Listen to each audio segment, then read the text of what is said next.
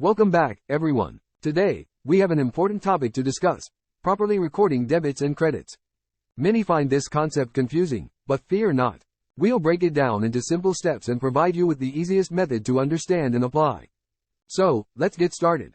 Before we dive into today's topic, it is a must to understand 5 main account types: liabilities, equity, revenue, expenses, and assets. Liabilities are obligations or debts that a person, organization, or government owes to someone else. They represent the financial responsibilities or commitments that need to be fulfilled in the future.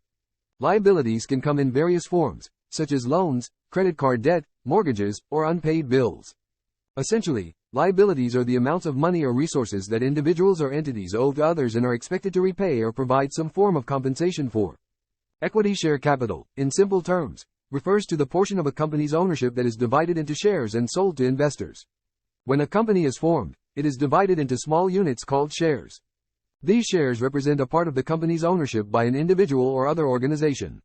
Revenue, in simple terms, refers to the total amount of money or income that a company or organization earns from its business activities. To understand revenue, let's imagine a lemonade stand. When customers buy lemonade from the stand, they pay money. The total amount of money collected from all the lemonade sales is the revenue earned by the lemonade stand. Expenses, in simple terms, refer to the costs or expenditures incurred by a company or individual in order to run their business or meet their needs. Expenses represent the money spent on various items or services required to operate or maintain a business or personal life.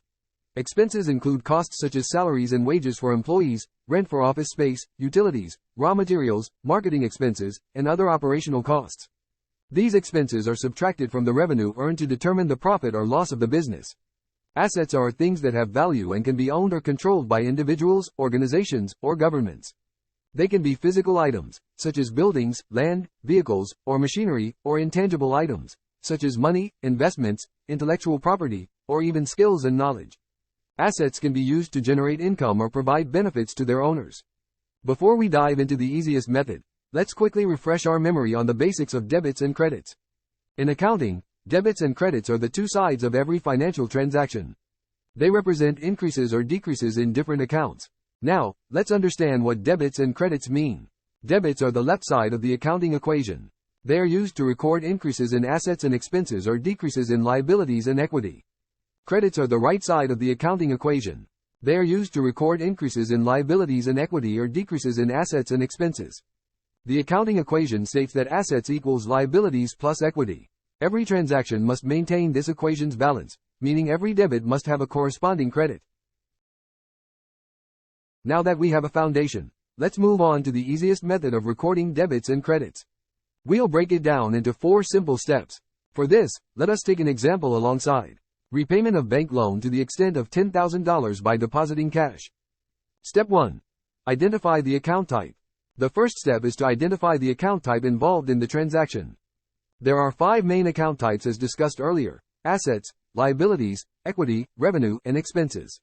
Here, if we repay the loan due to bank by depositing cash, there are mainly 2 account type involved: loan, which is a liability, and cash, which is an asset. Step 2. Determine the increase or decrease. Once we know the account type, we need to determine whether the transaction increases or decreases that account. In the previous example, if we pay loan, liability named bank loan will decrease, and asset named cash will also decrease. Step 3. Apply the debit or credit rule. Now that we know the account type and the increase or decrease, we can apply the debit or credit rule. Assets and expenses increase with debits and decrease with credits. On the other hand, liabilities, equity, and revenue increase with credits and decrease with debits. So in the example being discussed, bank loan is debited and cash account is credited. Step 4. Record the transaction. Finally, it's time to record the transaction into respective T accounts. Let us try another example. Imagine we received $1,000 cash from a customer. Since cash is an asset and it's increasing, we apply the debit rule. So, we will debit the cash account by $1,000, and customer is also asset which is decreasing, so we will credit the customer by $1,000. Now let's consider a different scenario. If we pay $500 for rent, rent expense is an expense account and it's increasing, so we apply the debit rule. We will debit the rent expense account by $500. Meanwhile, we will credit cash by $500 because it is asset and it is decreasing. And there you have it.